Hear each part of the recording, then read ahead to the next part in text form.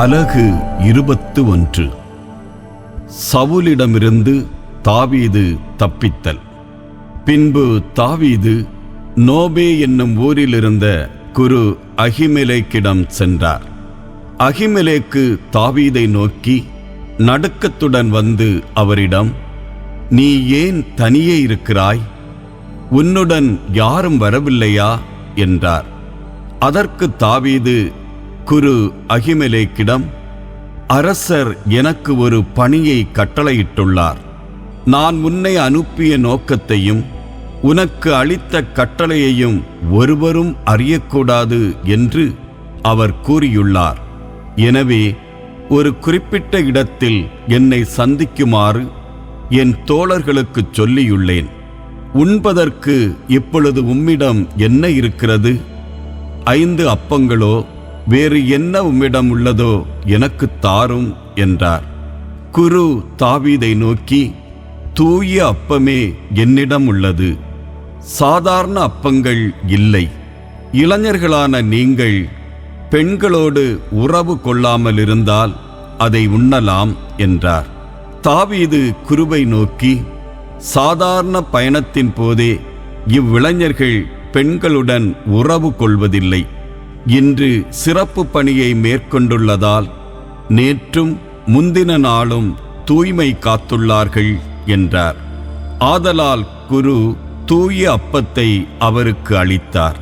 ஏனெனில் ஆண்டவரின் திருமுன்னிலை அப்பத்தை தவிர வேறு அப்பம் அங்கு இல்லை. அது எடுக்கப்படும் நாளில் அதற்கு பதிலாக சூடான அப்பம் அங்கு வைக்கப்படும். சவுலின் பணியாளர்களில் ஒருவனும் ஆண்டவரால் தடை செய்யப்பட்டவனுமான தோயேகு என்ற ஏதோமியன் அந்நாளில் அங்கே இருக்க நேர்ந்தது. அவன் சவுலின் இடையர்களுக்கு தலைவன். அப்பொழுது தாவீது அகிமெலேக்கிடம், இங்கு ஈட்டியோ வாளோ உம்மிடம் உள்ளதா? அரசரின் கட்டளை அவசரமானதாயிருந்ததால் என் வாளையோ என் படைக்கலங்களையோ கையோடு கொண்டு வரவில்லை என்றார். குரு அவரிடம், ஏலா பள்ளத்தாக்கில் நீ கொன்ற பெலிஸ்தியனான கோலியாத்தின் வாள் அதோ ஏபோதுக்கு பின்னால் துணிகளில் பொதிந்து வைக்கப்பட்டுள்ளது. நீ விரும்பினால் அதை எடுத்துக்கொள்ளலாம். அதை தவிர வேறு வாள் இங்கு இல்லை என்று கூறினார். அதற்கு தாவீது, அதற்கு நிகரானது வேறில்லை, அதை எனக்கு தாரும் என்றார். பிறகு தாவீது எழுந்து அந்நாளில் தப்பியோடி காத்தின் மன்னன் ஆக்கீசிடம் சென்றார். ஆக்கீசின் அலுவலர்கள் அவனிடம், இவர் இஸ்ரேல் நாட்டு அரசர் தாவீது அல்லரோ?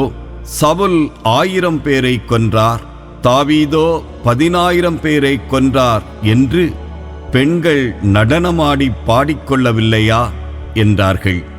தாவீது இவ்வார்த்தைகளை தம் மனதில் வைத்துக்கொண்டு காத்தின் அரசன் ஆக்கீஸை முன்னிட்டு மிகவும் அஞ்சினார். அதனால் தம் முகத்தோற்றத்தை மாற்றிக்கொண்டு வாயிற்கதவுகளில் கிறுக்கிக் கொண்டு தாடி வழியே வாயிலிருந்து நுரை ஒழுகச் செய்து அவர்கள் முன்னிலையில் ஒரு பைத்தியக்காரன் போல் நடித்தார். அப்பொழுது ஆக்கீசு தன் அலுவலர்களிடம், இதோ இம்மனிதனை பாருங்கள், இவன் ஒரு பைத்தியக்காரன். இவனை ஏன் என்னிடம் அழைத்து வந்தீர்கள்? என் முன்னிலையில் பைத்தியக்காரத்தனத்தை காட்ட நம்மிடம் பைத்தியங்கள் குறைவா? இவன் என் வீட்டினுள் நுழையலாமா என்று கூறினான்.